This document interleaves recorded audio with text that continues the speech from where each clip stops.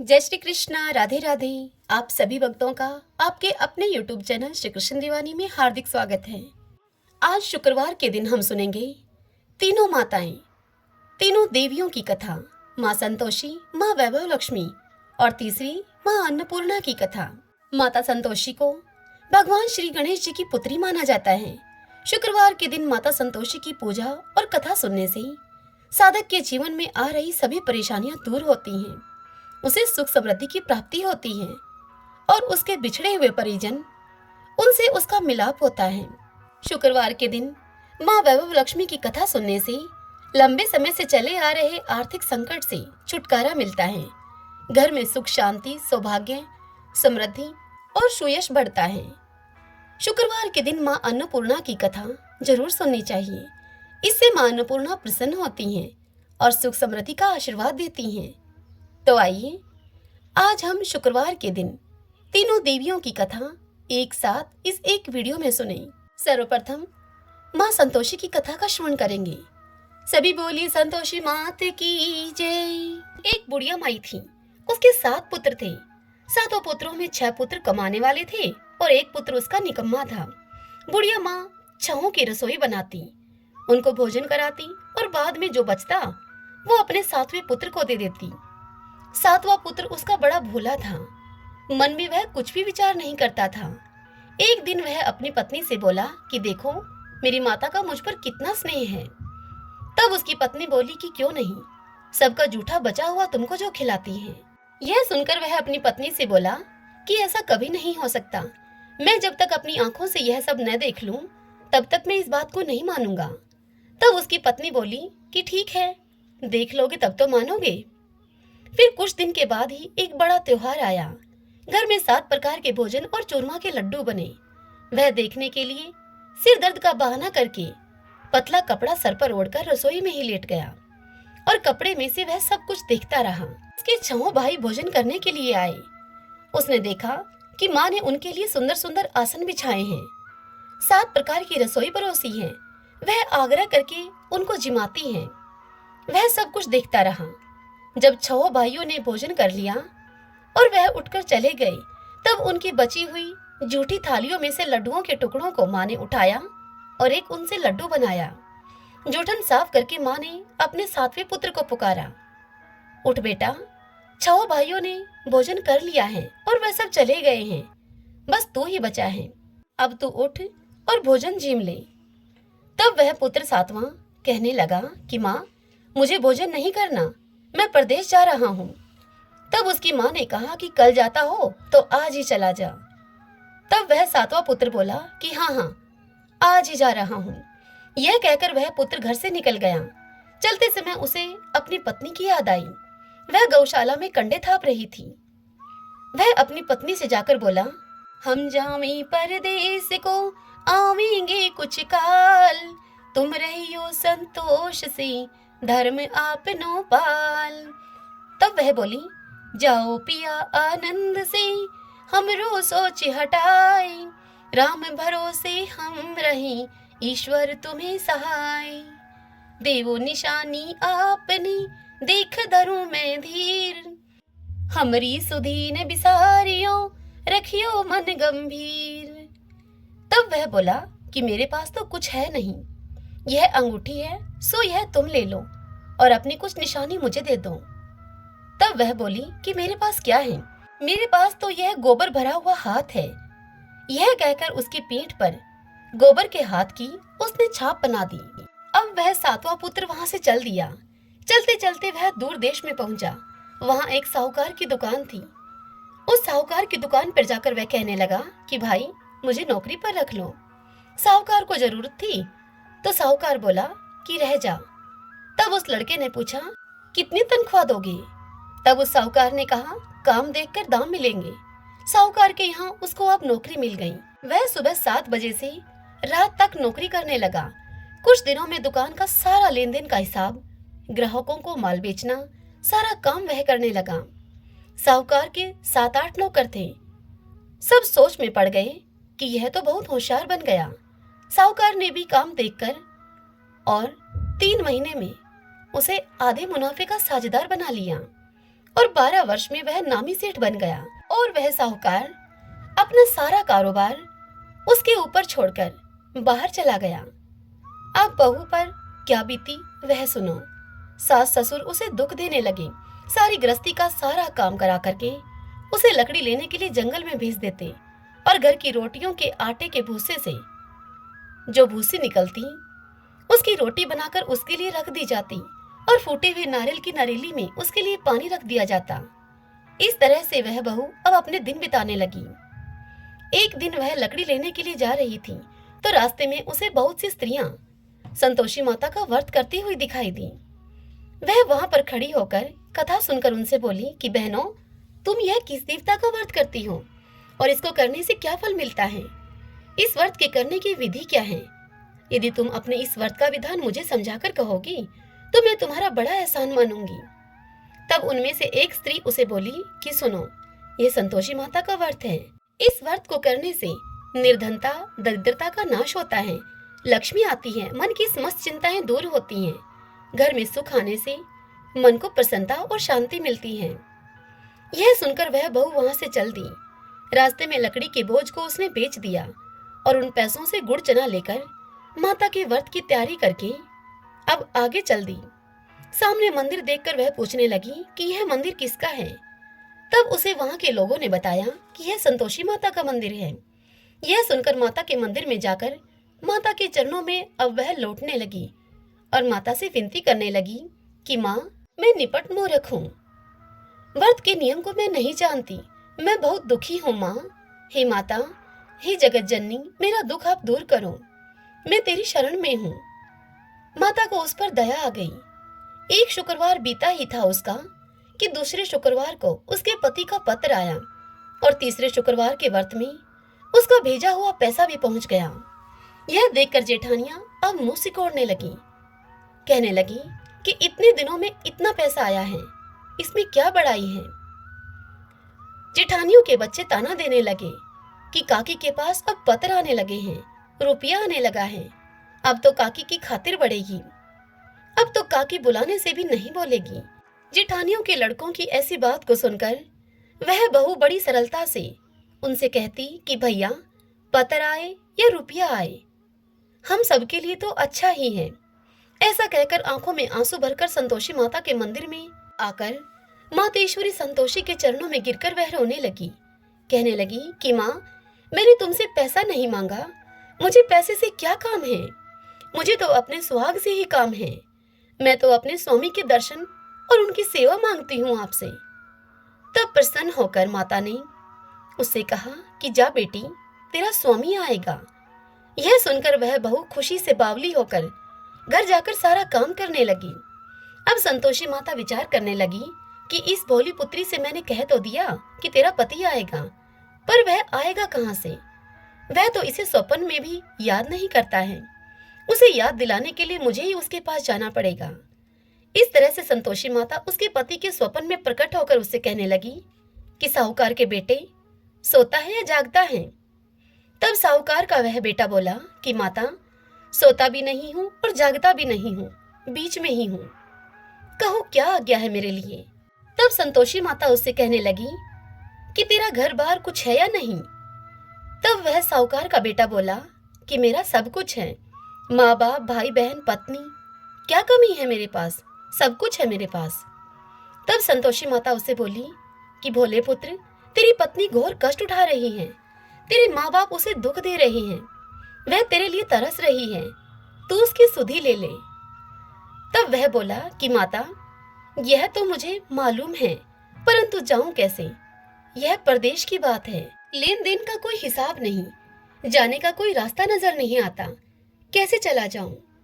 तब संतोषी माता उसे कहने लगी, तुम मेरी बात मानो, सवेरे नहा धोकर संतोषी माता का नाम लो, घी का दीपक जलाओ, दंडवत करके दुकान पर जाकर बैठना, तब देखते ही देखते तेरा सारा लेन देन सब चुक जाएगा, तेरा सभी माल बिक जाएगा, शाम होते होते धन का तेरे पास ढेर लग जाएगा। तब वह सवेरे बहुत ही जल्दी उठा, नहा धोकर संतोषी माता को दंडवत प्रणाम करके घी का दीपक जलाकर दुकान पर जाकर बैठा। थोड़ी ही देर में क्या देखता है कि देने वाले रुपया लाए, लेने वाले हिसाब लेने लगे। कोठे में भी भरे सामानों के खरीदार नगद दाम में सौदा करने लगे। शाम तक धन का ढेर लग गया। माता का यह चमत्कार देखकर वह खुश होकर मन में माता का नाम लेकर घर ले जाने के लिए गहना और कपड़ा खरीदने लगा और वहां के काम से निमटकर वह तुरंत अपने गांव के लिए रवाना हुआ। उधर बहू बेचारी जंगल से लकड़ी लेने के लिए जाती है। लौटते वक्त माता जी के मंदिर में वह विश्राम करती है।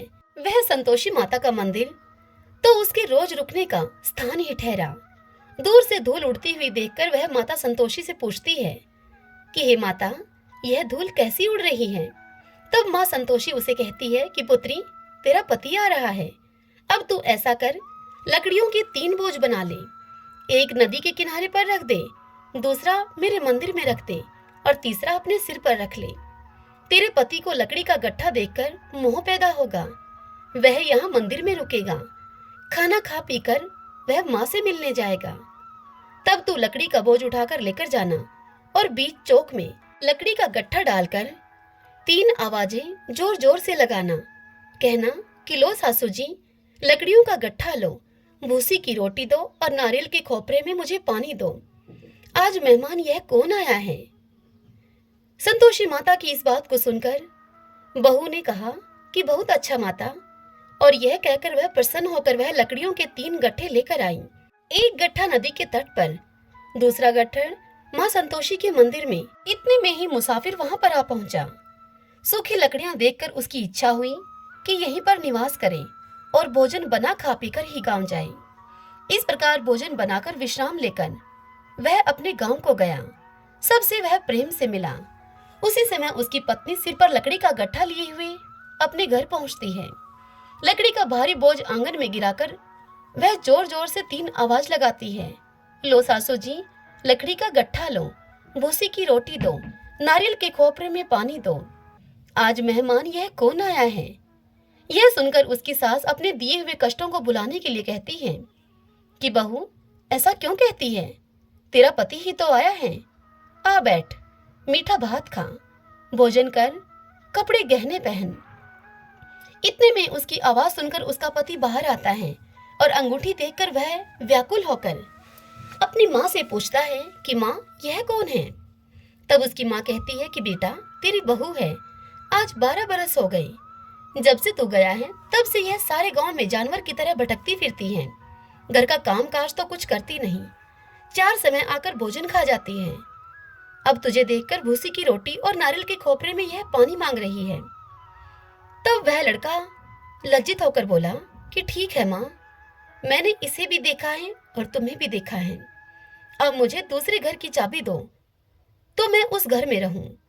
तब माँ बोली कि ठीक है बेटा, जैसी तेरी मर्जी। और यह कहकर चाबी का गुच्छा माँ उसके सामने पटक देती है। बेटे ने चाबी लेकर दूसरे कमरे में, जो तीसरी मंजिल के ऊपर था, उस कमरे को खोलकर अपना सभी सामान जमाया। एक दिन में ही वह राजा के महल जैसा ठाट बाट बन गया। अब क्या था, वे दोनों पति पत्नी सुखपूर्वक रहने लगे। फिर अगला शुक्रवार आया जब बहू अपने पति से कहने लगी कि मुझे संतोषी माता के व्रत का उद्यापन करना है। तब वह पति बोला कि बहुत अच्छा, खुशी से करो उद्यापन। तब वह बहू तुरंत ही उद्यापन करने की तैयारी करने लगी। जेठ के लड़कों को भोजन के लिए वह कहने के लिए गई।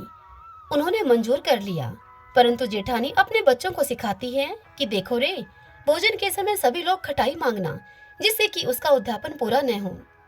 अब लड़के जीवने के लिए गए। खीर पेट भर के खाई, परंतु याद आते ही वह सब कहने लगे कि हमें कुछ खटाई दो, खीर खाना हमें भाता नहीं है, हमें यह खीर देखकर अरुचि होती है। तब वह बहू कहने लगी उनसे कि खटाई तो किसी को नहीं दी जाएगी, यह संतोषी माता का प्रसाद है। यह सुनकर वह लड़के खड़े हो गए और बोले कि ठीक है, हमें पैसा दो। भोली बहू कुछ जानती नहीं थी, सो उसने उन्हें पैसे दे दिए। लड़के उसी समय उठ करके इमली लाकर खाने लगे। यह देखकर बहू पर माताजी ने क्रोध किया। राजा के दूत उसके पति को पकड़कर ले गए। जेठ जेठानी मनमाने खोटे वचन उनसे कहने लगे कि लूट लूट कर धन इकट्ठा कर लाया था, इसलिए राजा के दूत उसको पकड़ कर ले गए हैं। अब उसे सब पता चल जाएगा जब वह जेल की हवा खाएगा। बहू से ये वचन सहन नहीं हुए। वह रोती रोती मंदिर में गई और माता से बोली कि हे संतोषी माता, तुमने यह क्या किया? हंसाकर अब हमें क्यों रुलाने लगी हो? तब संतोषी माता उसे बोली कि पुत्री, तूने उद्यापन करके मेरा व्रत भंग किया है। इतनी जल्दी सब बातें तूने भुला दी। तब वह बहू कहने लगी कि माता, भूली तो नहीं हूं, मैं कुछ अपराध किया है, मुझे तो लड़कों ने भूल में डाल दिया, मैंने भूल से उन्हें पैसे दे दिए, मुझे आप क्षमा करो माँ। तब माता संतोषी बोली कि ऐसी भी कहीं भूल होती है क्या? तब वह बहू बोली कि मुझे माफ कर दो माँ, फिर तुम्हारा उद्यापन करूंगी मैं। तब माँ संतोषी बोली कि अब भूल मत करना। वह बहू बोली कि अब भूल नहीं होगी माँ। हे माँ, मुझे बताओ कि मेरे पति वापस कैसे आएंगे? तब संतोषी माता बोली कि जा पुत्री, तेरा पति तुझे रास्ते में ही आता हुआ मिलेगा। वह घर की तरफ चल दी। राह में उसका पति उसे आता मिला। तब उसने अपने पति से पूछा कि तुम कहाँ गए थे? तब उसके पति उससे कहने लगा कि इतना धन जो कमाया है उसका टैक्स राजा ने मांगा था, वह कर भरने के लिए गया था मैं। तब वह बहू बड़े ही प्रसन्न भाव से बोली कि भला हुआ, अब तुम घर चलो। कुछ दिन के बाद फिर शुक्रवार आया। वह बहू अपने पति से बोली कि मुझे माता का उद्यापन करना है। तब उसके पति ने कहा कि करो। फिर जेठ के लड़कों को भोजन के लिए वह कहने के लिए गई। जेठानी ने एक दो बातें उसको सुनाई और लड़कों को सिखा दिया कि तुम पहले ही खटाई मांग लेना। लड़के भोजन के पहले ही कहने लगे कि हमें खीर खाना नहीं भाता, हमारा जी खराब होता है, कुछ खटाई खाने के लिए दो। तब वह बहू बोली कि खटाई खाने को तो तुम्हें नहीं मिलेगी, खाना खाना है तो खाओ। जेठानी के वह लड़के उठकर वहां से चले गए। तब वह बहू ब्राह्मणों के लड़कों को लाकर उनको भोजन करवाने लगी। यथाशक्ति दक्षिणा की जगह एक एक फल उन्हें दिया। इससे संतोषी माँ बड़ी प्रसन्न हुई। माता की कृपा होते ही 9वें महीने उस बहू को चंद्रमा के समान सुंदर पुत्र प्राप्त हुआ। वह अपने पुत्र को लेकर प्रतिदिन माता जी के मंदिर में जाने लगी। एक दिन संतोषी माता ने सोचा कि यह रोज मेरे मंदिर में आती है, आज क्यों न मैं इसके घर चलूं, इसका आसरा देखूं तो सही। यह सोचकर माता ने भयानक रूप बनाया।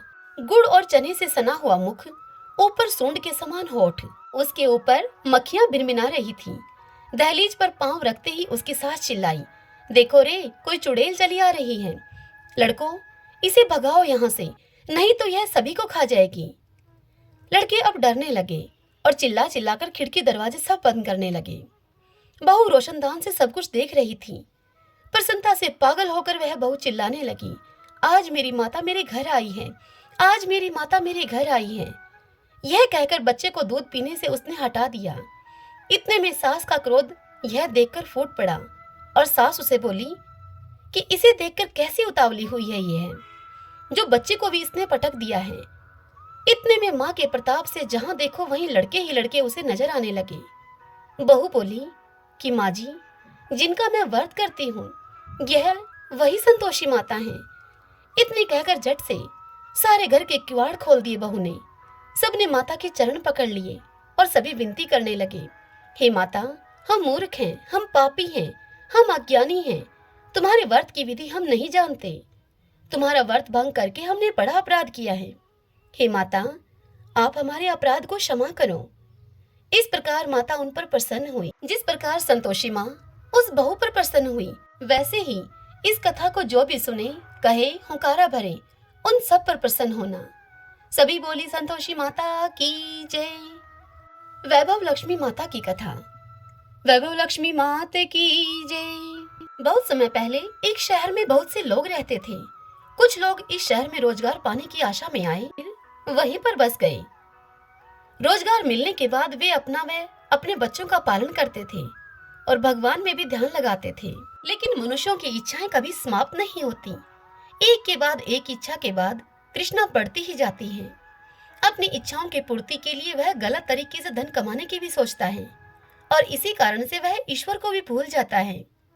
मनुष्य अपनी आवश्यकताओं के अधीन होना शुरू हो जाता है। इस शहर में अर्चना और उसका पति रमेश रहते थे। अर्चना धार्मिक प्रवृत्ति की थी और उनके पास जो भी था उसी में वह खुश रहा करती थी। उसका पति एक फैक्ट्री में नौकरी करता था और जो भी वह कमाता उसी में दोनों का गुजारा अच्छी तरह से हो जाता था। लेकिन बुरा वक्त आते हुए देर नहीं लगती। रमेश की दोस्ती बुरे लोगों से हो गई और वह गलत रास्ते पर चलने लगा। रमेश को शराब, जुआ, रेस आदि का शौक लग गया। वह पहले से जमा की हुई धनराशि को अब खत्म करने लगा। अर्चना घर के काम में ही लगी रहती थी, पति की खूब सेवा करती थी और पूजा पाठ में लगी रहती थी। अब रमेश शराब पीकर अर्चना को मारता पीटता भी था। घर में खाने के लाले पड़ गए। रमेश अर्चना को गालियां भी देता था। अर्चना को अपने पति के व्यवहार से बड़ा दुख होता था, लेकिन फिर भी उसने भगवान के प्रति अपनी श्रद्धा को नहीं छोड़ा। वह हमेशा ही माँ लक्ष्मी से इस दुख को सहने की शक्ति मांगती थी। अर्चना की इस प्रकार की भक्ति से माँ लक्ष्मी का हृदय पिघल गया और उसी समय अर्चना को अपने कानों में एक आवाज आती हुई महसूस हुई। अर्चना, तुम्हारी आराधना सफल हो गई है। द्वार खोलकर देख कौन आया है। अर्चना ने देखा द्वार खोलकर तो उसके सामने एक तेजस्वी ब्राह्मण खड़ा था। वह ब्राह्मण अर्चना से बोले कि बेटी, जय माँ लक्ष्मी बोलो। माँ ने तुम्हारी प्रार्थना सुन ली है और कुछ खाने की सामग्री, आटा, दाल और घी आपके घर पहुंचाने के आदेश हुए हैं। अर्चना ने पूरी शक्ति से कहा, जय माँ लक्ष्मी। तब वह ब्राह्मण कहने लगे कि बेटी, मैं माँ लक्ष्मी जी के मंदिर का पुजारी हूँ। अगर तुम अपने घर की सुख शांति चाहती हो और गृहस्थी चलाने के लिए धन धान्य और लक्ष्मी जी की कृपा चाहती हो तो माँ वैभव लक्ष्मी का तुम व्रत करो। इस व्रत को करने से तुम्हारी सभी मन की अभिलाषाएं पूर्ण होंगी। अर्चना ने पुजारी जी से निवेदन करते हुए कहा कि पुजारी जी, मैं इस व्रत को करने की विधि नहीं जानती। आप मुझे इस व्रत को करने की विधि समझा दीजिए। मैं माता लक्ष्मी की पूजा तो पहले से ही कर रही हूँ, किंतु व्रत की विधि मैं आज तक भी नहीं जानती।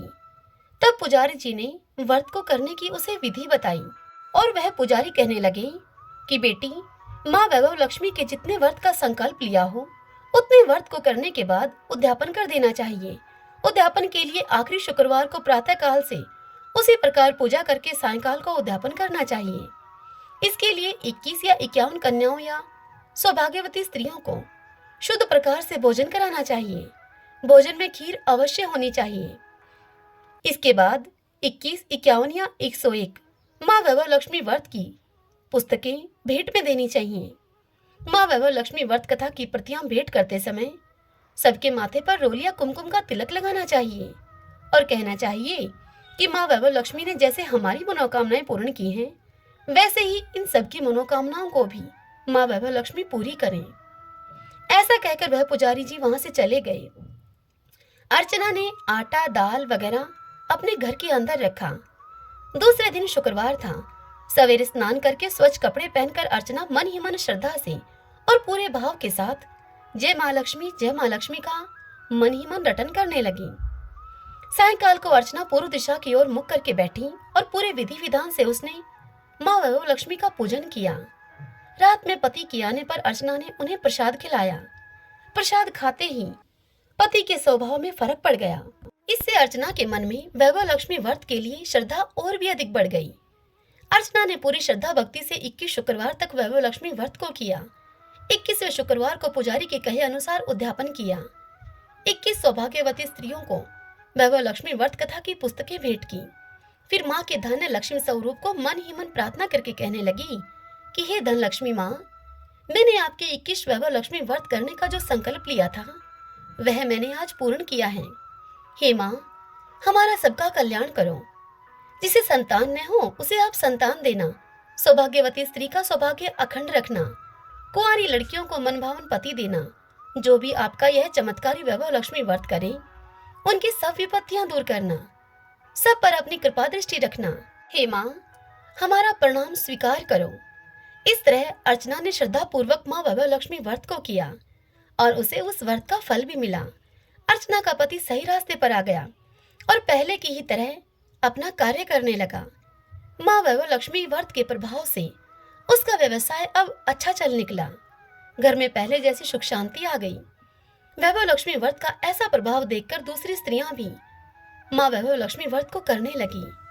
हे माँ वैभव लक्ष्मी, जैसे आप अर्चना पर प्रसन्न हुई उसी तरह से आपकी इस कथा को, इस व्रत को जो भी करे, कहे, सुने, सुनाए, उन सब पर आप अपनी कृपा करना।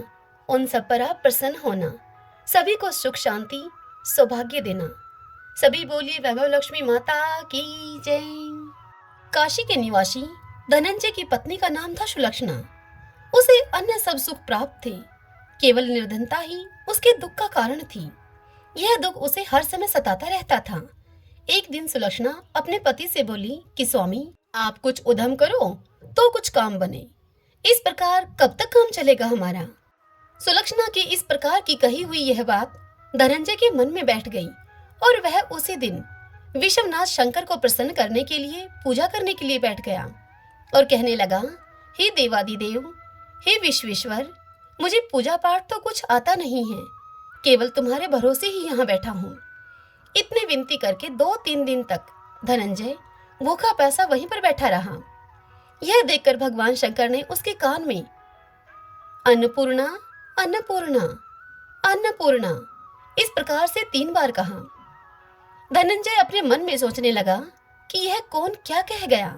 अभी धनंजय इसी सोच में पड़ा था कि मंदिर से आते हुए ब्राह्मणों को देखकर वह पूछने लगा उनसे कि पंडित जी, अन्नपूर्णा कौन है? तब ब्राह्मणों ने धनंजय को कहा कि तू अन्न छोड़कर बैठा है, सो तुझे अन्न की ही बात सूझती है। जा तू घर जाकर अन्न ग्रहण कर ले। धनंजय अब अपने घर को गया। स्त्री से जाकर उसने सारी बात कही। तब उसकी पत्नी बोली कि नाथ, आप चिंता मत करो, स्वयं शंकर जी ने यह मंत्र दिया है, वे स्वयं ही इसका खुलासा भी करेंगे। अब आप ऐसा करें, फिर से जाकर भगवान की आराधना करें। धनंजय फिर जैसे का तैसा पूजा में आकर बैठ गया। अब रात्रि में भगवान शंकर जी ने धनंजय को आज्ञा दी कि तू पूर्व दिशा में चला जा। धनंजय अन्नपूर्णा माता का नाम जपता जाता और रास्ते में फल खाता हुआ जाता, झरनों का पानी पीता जाता। इस प्रकार कितने ही दिनों तक ऐसा ही चलता गया। वहां उसे चांदी किसी चमकती हुई वन की शोभा देखने में आई, सुंदर सरोवर देखने में आया। उसके किनारे कितनी ही अप्सराएं झुंड बनाए हुए बैठी थीं। एक कथा कहती थी और बाकी सब माँ अन्नपूर्णा एक प्रकार बार बार कहती थीं। अगहन मास की उजियाली रात्रि थी और आज से ही व्रत का आरंभ था। जिस शब्द की खोज करने के लिए धनंजय निकला था, वह उसे वहां सुनने के लिए बार बार मिला। यह सुनकर धनंजय अब उनके पास में गया और जाकर उनसे पूछा कि हे देवियों, यह आप क्या करती हो? तब सभी ने कहा कि हम माता अन्नपूर्णा का व्रत करती हैं। इस पर धनंजय ने उनसे पुनः पूछा, इस व्रत को करने से क्या होता है? क्या यह व्रत किसी ने किया भी है? इसे कब किया जाए? यह कैसा व्रत है और क्या इस व्रत की विधि है? यह आप मुझसे भी कहिए। तब वे सब धनंजय से कहने लगी कि इस व्रत को सब कोई कर सकते हैं। 17 दिन के लिए 17 गांठ का सूत्र लेना चाहिए। 17 दिन यदि न बने तो एक दिन उपवास करें।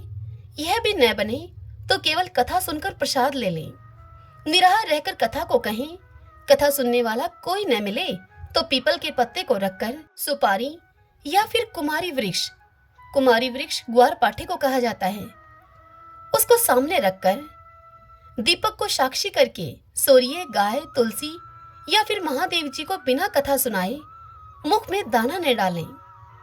यदि भूल से कुछ पड़ जाए मुंह में तो एक दिवस फिर से उपवास करें। व्रत के दिन क्रोध न करें और झूठ भी न बोलें। धनंजय बोला कि इस व्रत को करने से क्या होगा?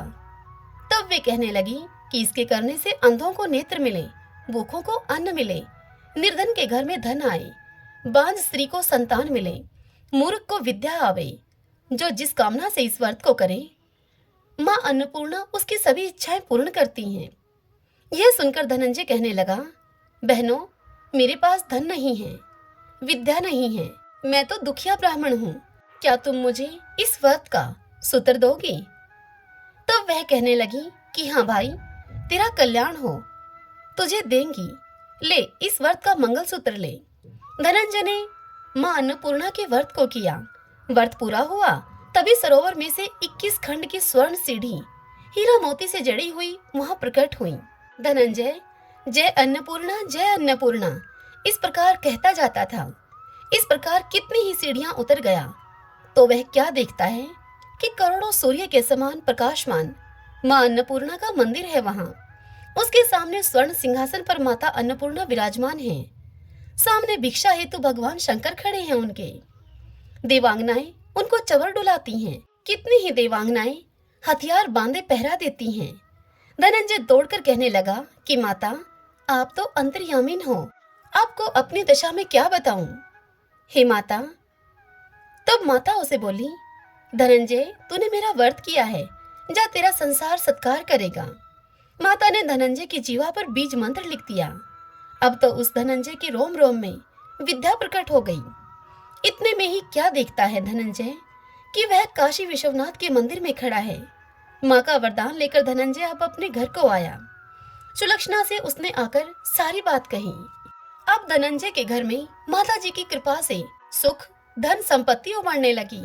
छोटा सा घर बहुत बड़ा गिना जाने लगा। जैसे शहद के छत्ते में से मक्खियां जमा होती हैं, उसी प्रकार अनेक सगे संबंधी आकर धनंजय की बड़ाई करने लगे। कहने लगे कि इतना धन और इतना बड़ा घर, सुंदर संतान नहीं तो इस कमाई को कौन भोग करेगा। सुलक्षणा के संतान नहीं है, इसीलिए तुम दूसरा विवाह कर लो धनंजय।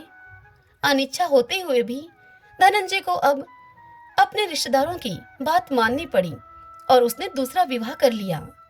सती सुलक्षणा को सोच का दुख उठाना पड़ा।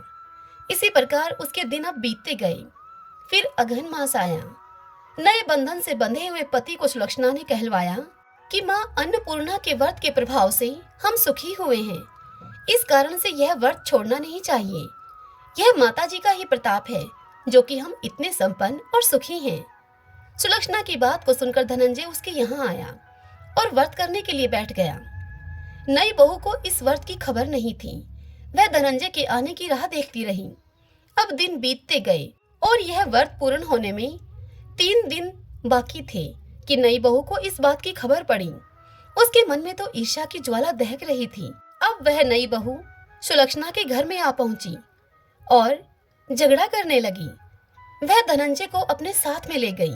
नए घर में धनंजय को थोड़ी देर के लिए निद्रा ने आ दबाया। इसी समय नई बहू ने उसका व्रत का सूत्र तोड़कर आग में फेंक दिया। अब तो माताजी का कोप जाग गया। घर में अकस्मात आग लग गई। सब कुछ जलकर खाक हो गया। यह सब कुछ होता हुआ देखकर सुलक्षणा सब जान गई और पति को फिर वह अपने घर ले आई। नई बहू रूठकर पिता के घर जा बैठी। संसार में 2 जीव थे, उनमें से एक ही रह गया। पति को परमेश्वर मानने वाली सुलक्षणा बोली, हे नाथ, घबराना नहीं। माता जी की कला अलौकिक है। पुत्र कुपुत्र हो जाता है पर माता कुमाता नहीं होती। अब आप श्रद्धा और भक्ति पूर्वक आराधना शुरू करो। माता जरूर हमारा कल्याण करेंगी।